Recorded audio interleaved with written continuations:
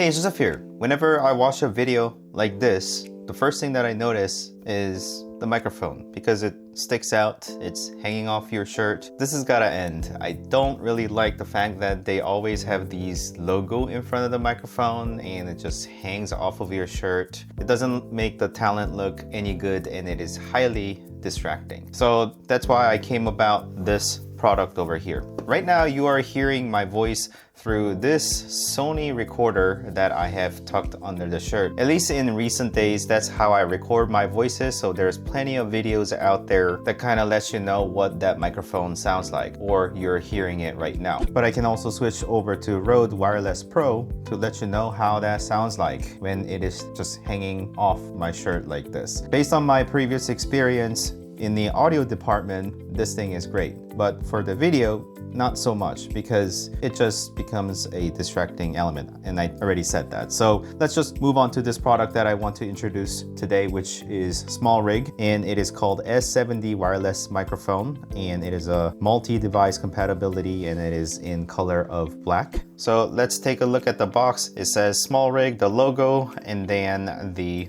picture of the microphone, S70 wireless microphone. I think they could have come up with better naming, but it is what it is.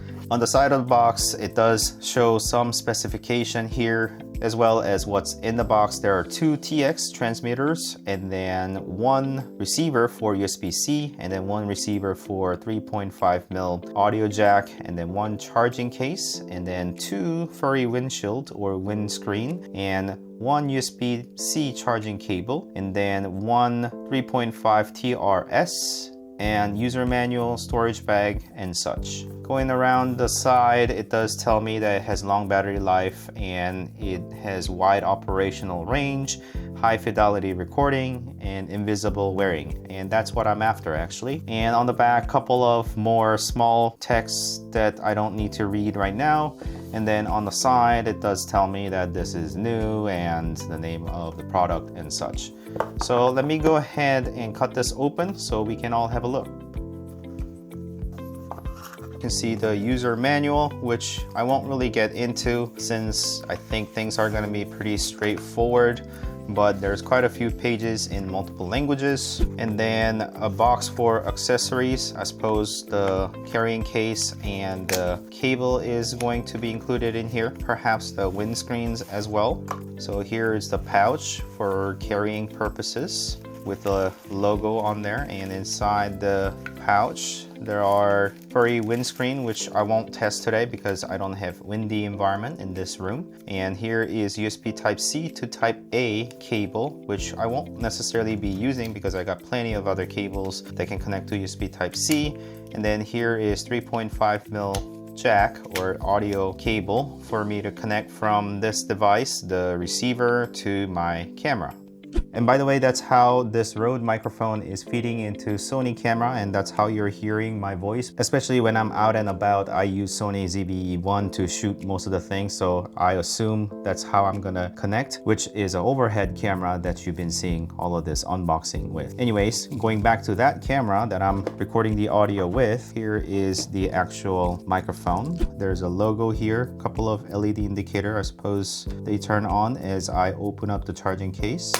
And on the back, it does have a USB Type-C charging port, so I can potentially connect it to my chargers and connect it to charge it. And you can see that the LED indicator is letting me know that it is being charged. And as you saw, it just opens up nicely and then magnetically close. This one is turning on already for some reason, and it is because the contact point was actually revealed. So there is that blue peel that you have to do in order to activate these microphones. So make sure those are off, and then as soon as you put that back into the charging case, they will be activated. And then there are 2 receivers. So by the way, these 2 on either side are the transmitters. Those are the microphones that has a microphone on here, which has a contact here to charge in the charging case. And it does have this button to configure things, but it charges as it is positioned inside of the case. It does let me know that this is red and green here, but here is also the receiver and another receiver here. This receiver has the USB Type-C, which is meant to go underside of your phone. So perhaps if you have a phone, then you can connect this into the phone, and then the LED indicators will come on to let you know that it is connected, and it's going to have specific color and coordination to let me know that it is connected with a specific device. If you're type of person who enjoys recording through your phone, you can certainly use this. It does have mono versus stereo. Right now is in stereo split mode, and then it does have a little button for perhaps synchronizing the microphone and such for different functions. And also here is a USB Type-C port here, and perhaps that is to have a through power. For example, when you are using this receiver for microphone purposes, then you can connect a power through the USB-C port here so that the phone is actually charged. So that's quite useful, especially in this day and age where people are utilizing smartphone to record their audio. But today I'm mostly interested in this receiver, which has a 3.5mm audio jack for connecting to the camera, and it does have this cold shoe mount doubling up with a little clip, so I can either clip it onto something or just have this slotted into a cold shoe of your camera, which I will do. And here's another blue peel for you to do. And this one does contain battery because this one's gonna receive power from your phone directly, so it does not need battery. So I'm just gonna position that in there. But this one does need battery because it's gonna have to power itself up for receiving the audio from these microphones. So it does have a contact for you to charge this device, and then USB Type-C to perhaps either to charge this device or perhaps for data connections, though that's also available. And here are a couple of LED indicators. It does have RX and then 1, 2 written on them to let me know that those microphones are connected or not. And then it does also have M, MS, and also S. So for now, I'm gonna keep it in stereo. And then it does have this nice looking dial that says 0, and it does say -10, -5, 0, +5, +10. I assume that is a gain control, and I'm gonna keep it in 0 for now so that it is sort of a default. And then I'm gonna put it in the case for a little bit to activate it. You can see the LED indicator is now blinking, and then I'm gonna put this also back in. So you can see the LED indicators are blinking to let me know that they are charging. When you close that, you can see the charging case has this battery level of 75%. As soon as you open it, it lets you know that it is being charged. And as I pull that out, you can see that this one is showing blue LED, and I can see both of these lighting up. So I'm assuming that this is indeed receiving signal. So I'm gonna put this one back to see if it responds. So receiver 2 is blinking. So I'm assuming that is not actually connected. Only this one is connected, which has blue, solid blue. So transmitter 1 and receiver is receiving signal, and that's all I need.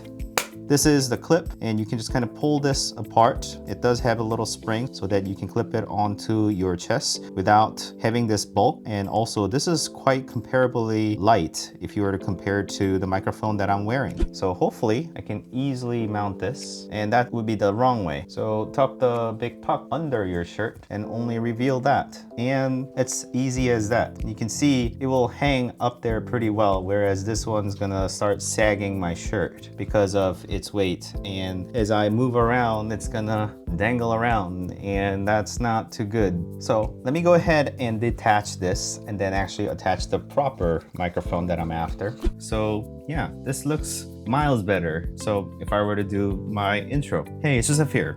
The first thing that you notice on this video is not the microphone, because it is very tiny and it is out of sight, and it still picks up voice pretty well. How did it sound like? I haven't heard it yet, but I can see that it is being picked up pretty well. It is a mono sound, and it is only being picked up on one side. So I'm gonna have to mix that into a stereo sound when I do the post-production. And if I wanna gain a bit more volume, I can certainly change the dial, and that is going to reduce actually. So I'm gonna go the other direction, and I can see the level actually going up. So this should actually have more volume, so I can play with more things. And how does it sound like? This is a sound test of SmallRig S70 microphone, and it is currently clipped onto my shirt like this.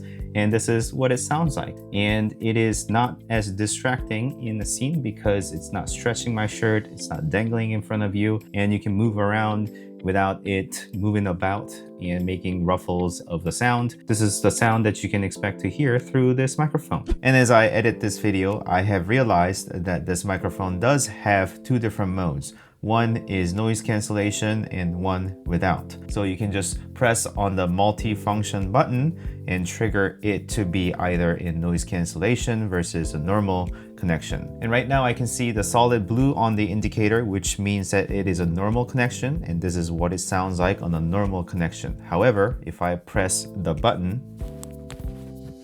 now I can see the LED indicator has changed to solid green, which lets me know that it is on a noise cancellation mode. And this is what it sounds like. And for the noise cancellation mode, I was able to put it to quite a good test, as I was in a very loud environment for AIA conference. On the expo floor, there was tons of noises going around, yet it was able to isolate that sound pretty well. I will show you the example of that. But I wanted to take a moment to just kind of have you explain about what QPix Vista is, and you can perhaps tell us how it works. Yeah, and we brought a whole lot of props, which I think drew some attention to the booth. As you saw and listened, both Scott and I were wearing the microphone, and you heard the sound from them. Okay, so that's enough. Let's go back to the video. You're hearing my voice through this TX660 recorder from Sony, which has been pretty well in terms of recording the voice, and it's up there pretty well, so I usually don't have a problem with that. It is not a wireless signal that needs to go back to the camera. It just records in there, and I can just mix that later on. So I've been utilizing that as my main microphone in the studio, especially. If I'm out on like a conference and doing an interview, then I can certainly use this as like a, handled microphone. I can talk to it, and then I can hand this over for somebody to talk to it. I think that's sort of a natural transition to kind of talk into the microphone. I don't think it's a big deal to do that. But if you were to kind of clip it onto their shirt, it can certainly hang off of it, and I don't think it's a good look. So certainly a welcomed transition from this thing dangling on your shirt versus a nice little pin microphone that just hangs off of your shirt and doesn't stretch like the other one and doesn't dangle around as you move about. Yeah, I just wanted to showcase that. So hopefully you heard the sound difference and the visual difference. So yeah, so this was a short unboxing and testing of SmallRig S70 microphone for this purpose. And if you have enjoyed it, please don't forget to like this video and consider subscribing to my channel to continue watching these type of videos. And thank you so much for watching as always. I'll see you next time. Bye.